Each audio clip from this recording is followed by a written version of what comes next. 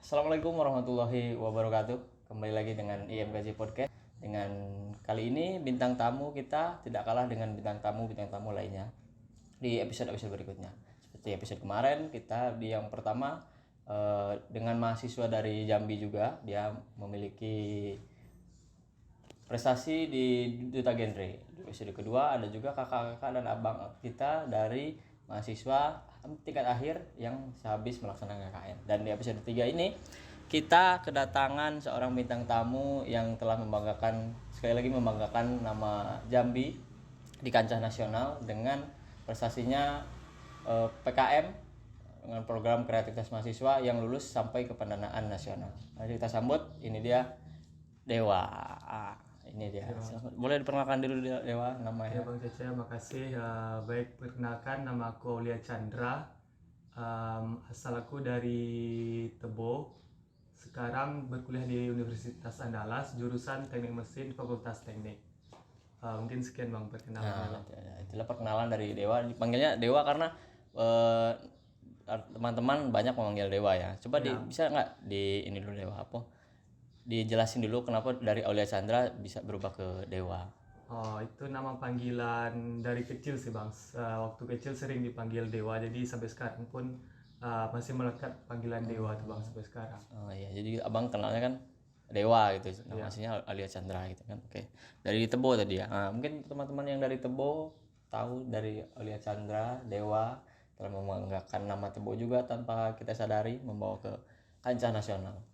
Baik Dewa, langsung saja kita ke pembahasan yang pertama. Kan Dewa ini lulus pendanaan program kreativitas mahasiswa. Nah, itu boleh nggak dikasih tahu PKM ini apa gitu ke rekan-rekan?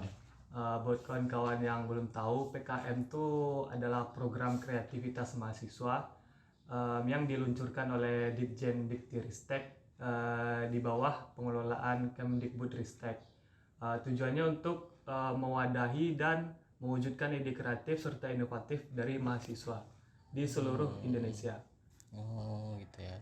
Nah, Bang dengar PKM ini ada beberapa jenis gitu. Ada yang kalau yang abang tahu ada PKM KC, ada PKM KC juga ya. Iya. Nah, itu kalau Dewa PKM apa nih? Ya, kalau PKM ini ada 8 bidang totalnya pada tahun 2023 ini Bang.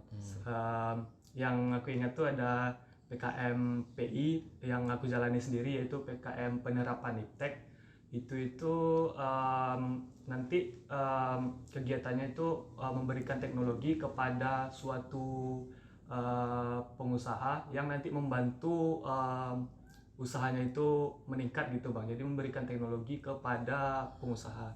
Terus ada PKM KC, ada PKM PM, pengabdian masyarakat, dan lain-lainnya Bang. Totalnya ada 8 bidang. Oh, 8 bidang PKM dan Dewa masuk ke dalam PKM penerapan iptek. Penerapan iptek. Oh, gitu. Jadi langsung saja pembahasan ke penerapan iptek. Nah, bisa nggak dijelasin dulu dari awal definisi dari PKM penerapan iptek, program Dewa sendiri ini apa gitu? Oke Bang. Jadi waktu awal ingin ikut PKM kan itu harus ditentukan dulu kita mau masuk di bidang apa Pak. Jadi waktu awal-awal ya masih bingung juga, waktu itu pengennya sih PKM KC gitu. PKM KC ini kayak menerapkan suatu teknologi, cuman ya benar-benar baru inovasi ini. Inovasi Ide ini baru memang gitu ya. benar-benar baru. Cuman waktu itu pas setelah berdiskusi dengan dosen pendamping kan, katanya lebih bagus saja PKM PI karena waktu itu juga masih di kuliah di tahun kedua, jadi belum menguasai lah untuk membuat suatu ide yang baru. Jadi dosen pembimbing tuh menyarankan ikut PKM PI saja, yaitu PKM PI ini teknologinya boleh yang sudah ada, yang sebelumnya udah ada, cuman yang penting itu kebermanfaatan bagi suatu usaha untuk meningkatkan usahanya bang. Jadi dipilihlah PKMPI. KMPI untuk awalnya jadi Ya, time runtutannya itu pertama nyari dulu bidangnya di bidang apa iya, dulu nih, bidangnya jadi di bidang apa. jadi baru situ menentukan untuk idenya. Iya. Jadi kalau untuk Dewa tadi di PKM penerapan iptek, nah untuk idenya itu kalau boleh tahu dari Dewa sendiri atau ada apa namanya ideologi dari luar gitu ya? Untuk ide judul dari PKMPI yang aku jalani sekarang itu, idenya dari dosen pendamping sih bang. Waktu itu kan awalnya benar kita nyampein ide dulu ke dosen pendamping. Namun setelah dosen pendamping itu mendengar kan dia juga menimbang ide kita.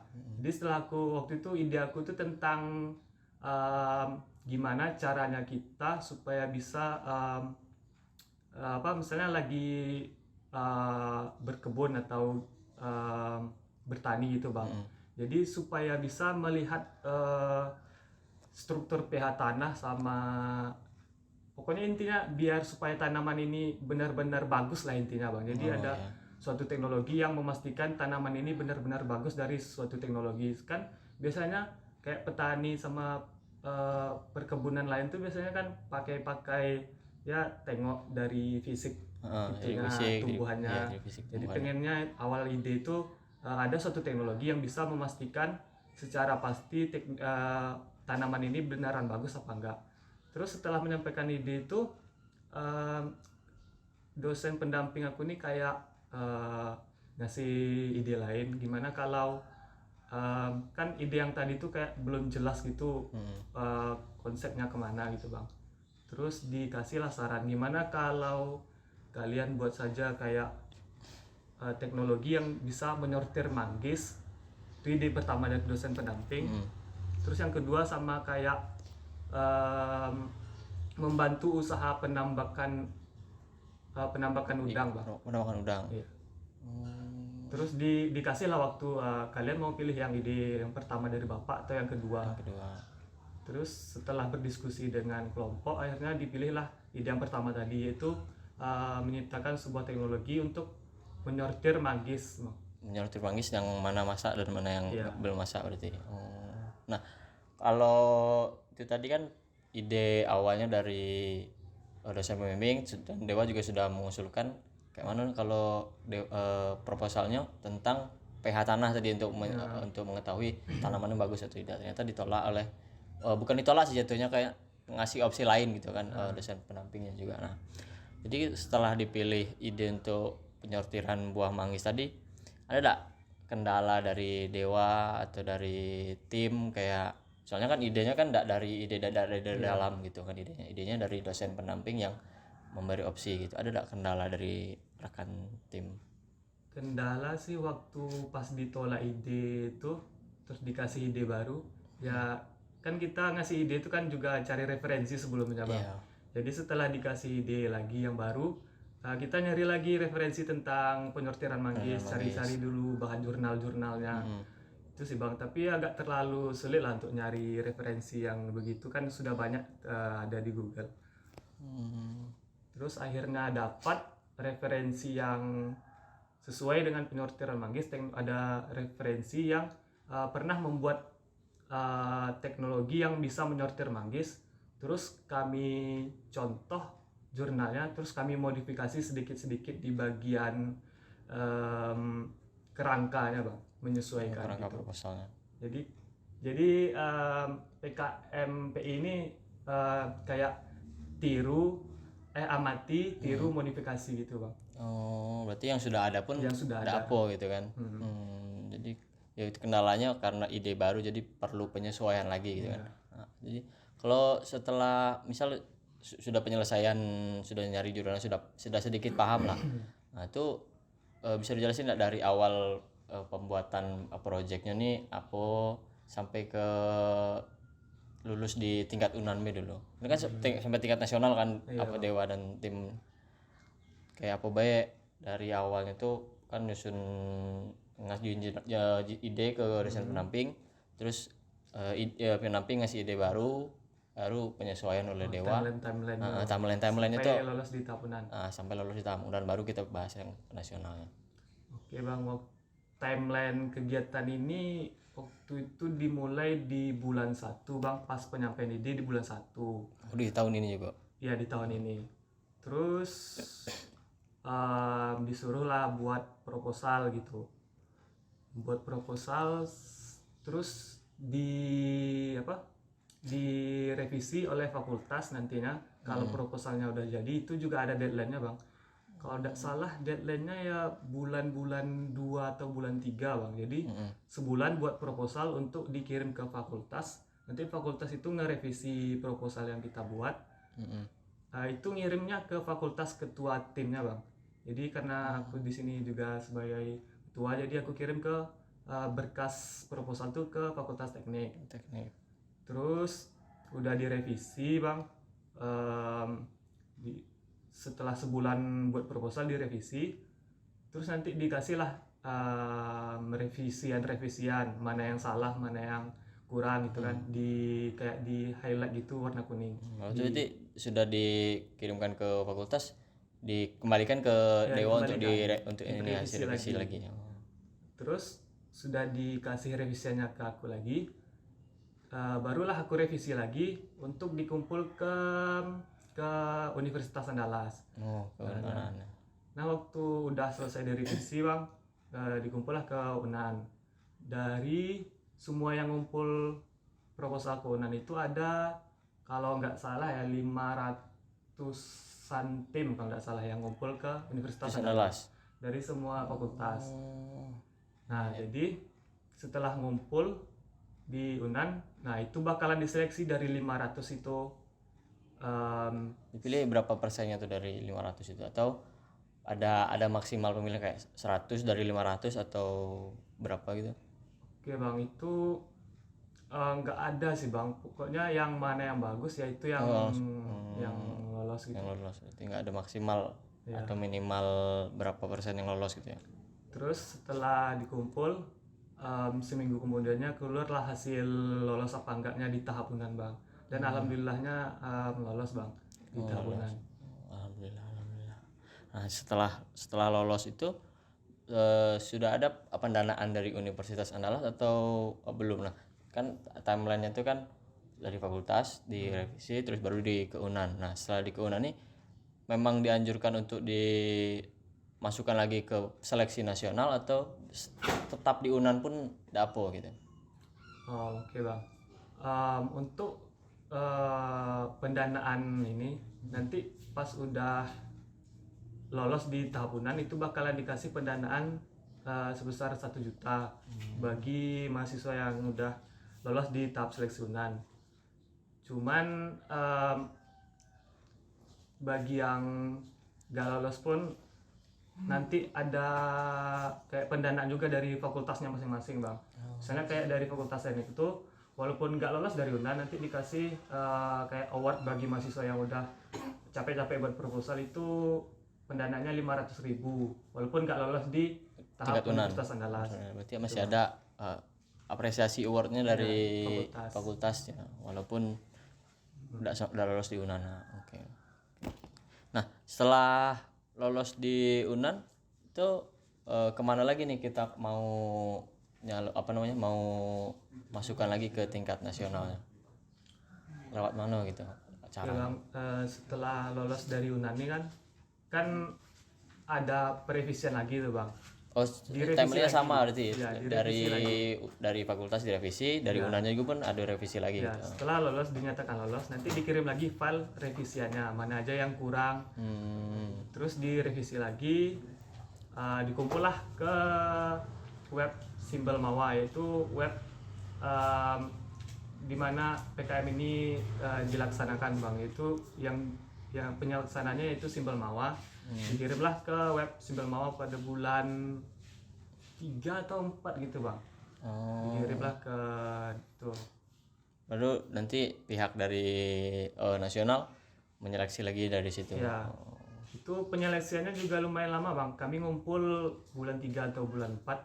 Keluar hasilnya di bulan 6. Berarti kurang lebih 3 bulanan Ada ya. 3 bulanan nunggu hasilnya. Karena emang banyak yang ngumpul proposal dari seluruh universitas. Universitas di Indonesia tentunya kan. Berarti banyak lah yang banyak. Berarti ada enggak kalau untuk pengumumannya sendiri itu diberitahu oleh Universitas Andalas atau ada di webnya langsung atau ada media sosial dari webnya? Ya bang, pengumumannya banyak bang dari Unan, ada juga grupnya nanti dikasih hasil pengumumannya, ada juga di media sosial dari Simbel Mawanya, ada juga dari webnya langsung.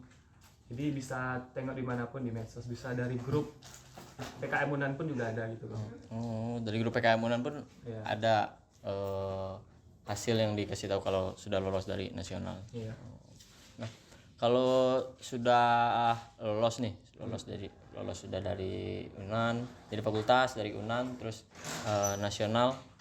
Nah, untuk kedepannya proyek yang diangkat setelah dilolos pendanaan itu apakah langsung dikerjakan secara massal tim dari proyeknya itu supaya itu kan outputnya kan bikin alat kan ujungnya kan. Iya. Nah, kira-kira ada kesulitan nggak atau bahkan belum dimulai untuk pembuatan alat penyortiran manggisnya dari kelompok PKM dari Dewa?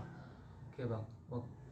Jadi kan setelah dinyatakan lolos pendanaan dari Simbel Mawa, nah itu semua tim tuh mulailah merealisasikan dari proposalnya masing-masing. Kayak aku proposal kan mau buat alat untuk bantu usaha orang gitu. Jadi waktu itu ada lagi diadakan kayak diskusi sama dosen pendamping itu bang. Biar alat yang mau kita bikin ini memang udah fix gitu rancangannya, desainnya gitu kan bang. Terus setelah diskusi sama dosen pendamping kan, setelah lolos pendanaan tuh diskusi, terus ada lagi kayak saran kritik dari dosen pendamping. Kalau desain kami ini masih kurang gitu bang, masih kurang. Jadi perlu direvisi lagi biar kayak mudah lah gitu bang dalam pengoperasian alat ini gitu. Oh ya, karena teori di proposal dan di realisasikannya kan belum tentu bisa digunakan dengan baik gitu oleh petani, soalnya banyak juga petani-petani yang ya maaf kurang pengetahuannya kurang tentang itu, jadi ya susah ya memang. Kendalanya di penyesuaian lagi di para petani, di konsumennya lagi, di targetnya lagi. Kalau untuk pembuatan alatnya kalau sesuai dengan teori gampang aja mungkin ya.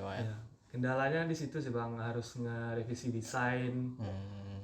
Terus udah jadi pun desainnya nanti pas mau dibawa ke bengkel, mau dibuat alatnya, itu pun nanti ada penyesuaian lagi bang, karena desain yang kami buat tuh kayak apa ya, kadang kata bengkel yang udah ahli kan bang, kayak ini aturannya nggak gini gitu, jadi disesuaikan lagi sama pihak bengkelnya gitu. Pokoknya yang penting teknologi ini ya bisa berfungsi lah, itu aja intinya. Tapi gambarannya ya desain tadi, walaupun ada penyesuaian lagi dari pihak bengkelnya. Oh berarti masuk ada pihak bengkelnya berarti. Nah itu ini kan pembuatan alat nih, kayak tim tadi dari pembuatan proposal, terus tadi Dewa ada juga nyebutkan ada pihak bengkel. Nah ini pihaknya ini maksudnya ada siapa be nih di dalamnya, siapa be yang membantu merancang dari awal proposal sampai revisi-revisi untuk pembuatan alat ini? Oke bang, pihak-pihak yang terlibat itu kami sendiri sebagai tim, terus ada dosen pendamping yang mendampingi kami, mengasih saran kritik. Terus yang ketiga ada pihak bengkel yang merealisasikan teknologi kami yang hasil dari rancangan kami sendiri. Terus yang keempat itu ada jasa elektrikal untuk pemasangan sensor, karena kan teknologi ini juga butuh sensor untuk menyortir manggisnya bang. Untuk progresnya sampai sekarang sampai mana tuh bang? Ini untuk realisasi alatnya. Oke bang, untuk saat ini sih teknologinya udah ada, cuman sekarang itu masih dalam tahap pembuatan sensor gitu bang. Sensornya masih belum jadi karena emang susah gitu, ada programmingnya juga, elektrikalnya juga. Karena itu pakai logika sensornya gitu pakainya kan. Oke. Nah itu teman-teman ya, ternyata timeline-nya itu sangat lama dan juga butuh proses yang lama juga, karena ini sudah tingkat nasional kan, jadi sangat membanggakan gitu untuk IMKJ. Nah, bicara soal proses tadi, ada nggak di dalam proses itu dari awal mula pembentukan tim sampai sekarang itu ada hal-hal yang menarik atau hal-hal yang baru Dewa pelajari gitu? Kalau itu ada sih Bang, kayak dari awal kan nyari tim tuh kan kayak aku nyari tim di grup bakti dulu Bang. Grup bakti. Ketemulah satu. Terus pas udah jadi tim pun kadang kayak susah gitu kan Bang, kayak biar akrabnya harus pandai-pandai juga kerjasamanya. Terus di tengah-tengah jalan program pun kadang ada juga yang malas-malasan, ada juga yang kayak ya ada yang kerja ada yang enggak. Disitulah kayak inisiatif kita sebagai tim tuh biar bisa bareng-bareng lagi gitu Bang, untuk ngerealisasikan apa yang udah kita mulai gitu Bang. Ya, karena itu sih Bang. Di setiap kelompok pun, bahkan di kelompok kuliah pun tetap ada orang-orang tetap ada orang yang terima jadi lah istilahnya kan. Tapi penting kita ngasih semangat lagi buat kawan yang kayak udah males-malesan tuh biar ada lagi semangatnya buat ada lagi semangat untuk realisasi yang itu. Karena kita percaya dengan dia gitu kan. Oke, thank you. Nah, untuk kedepannya mungkin Dewa bisa ngasih nasihat ke mahasiswa lain gimana? Kasih semangat untuk mahasiswa lain, apalagi khususnya yang dari Jambi, untuk bisa ikut jejak dari Dewa sampai lulus di nasional. Oke Bang, buat kawan-kawan yang tertarik ikut PKM, terutama di anak-anak Saintek, karena PKM ini rata-rata ya yang ikut anak Saintek, tapi banyak juga yang ikut dari anak Sosum. Bagi kawan-kawan yang pengen ikut, aku rasa ya kawan-kawan tuh ikutin aja dulu sosialisasi tentang PKM, penjelasan tentang PKM. Habis itu kawan-kawan juga bisa bertanya sama senior-senior yang udah pernah ikutan PKM, gimana cara buat proposal, gimana caranya masuk ke bidang PKM yang kawan-kawan pengen. Nah itu tuh juga penting nantinya buat kawan-kawan yang ingin ikut PKM. Gitu sih Bang. Berarti nah untuk kedepannya di awal tahun juga untuk pembukaan 2024 untuk ini selanjutnya, tahap selanjutnya. Ya. Nah mungkin dari Dewa sendiri ada kan, manusia itu kan ada impian gitu. Nah, Dewa sudah sampai di tahap nasional dan sekarang lagi merealisasikan untuk alatnya dijadiin itu diproduksi massal. Ada enggak impian kedepannya dari Dewa sendiri, capaian lain selain dari nasional gitu? Oke Bang, kalau capaian sih kayaknya yang penting alat ini berfungsi dengan baik Bang, dan bisa membantu usaha dari mitra kami, yaitu seorang pengepul manggis. Tadi. Itu sih yang kami harapin. Teknologi ini bisa benar-benar membantu mitra untuk bisa menyortir manggisnya gitu. Karena iya, berarti impiannya ya semoga alatnya cepat jadi, semoga bisa berfungsi dengan baik dan masyarakat mudah menerimanya gitu kan. Jadi karena terbantunya soalnya pakai penyorot mineral manggis. Kadang manggis ini kan kalau dikit oke lah bisa kita pegang-pegang kan, mana yang lembut mana yang tidak. Tapi kalau banyak itu kan untuk bertonton kan gimana pula megang-megang kan rame juga. Nah itu semoga proyek dari Dewa bisa cepat selesai, semoga bisa terrealisasikan dan semoga dapat diproduksi massal. Oke. Nah itulah episode ketiga kita dari podcast IMKJ dengan bintang tamu kita Alia Chandra, atau akrab dipanggil Dewa, seorang mahasiswa dari Jambi, dari Tebo, yang telah meloloskan program kreativitas mahasiswanya di tingkat nasional. Sampai jumpa lagi di lain waktu Dewa. Semoga sukses dan teman-teman, sampai jumpa lagi di episode berikutnya. Selamat tinggal. Bye bye.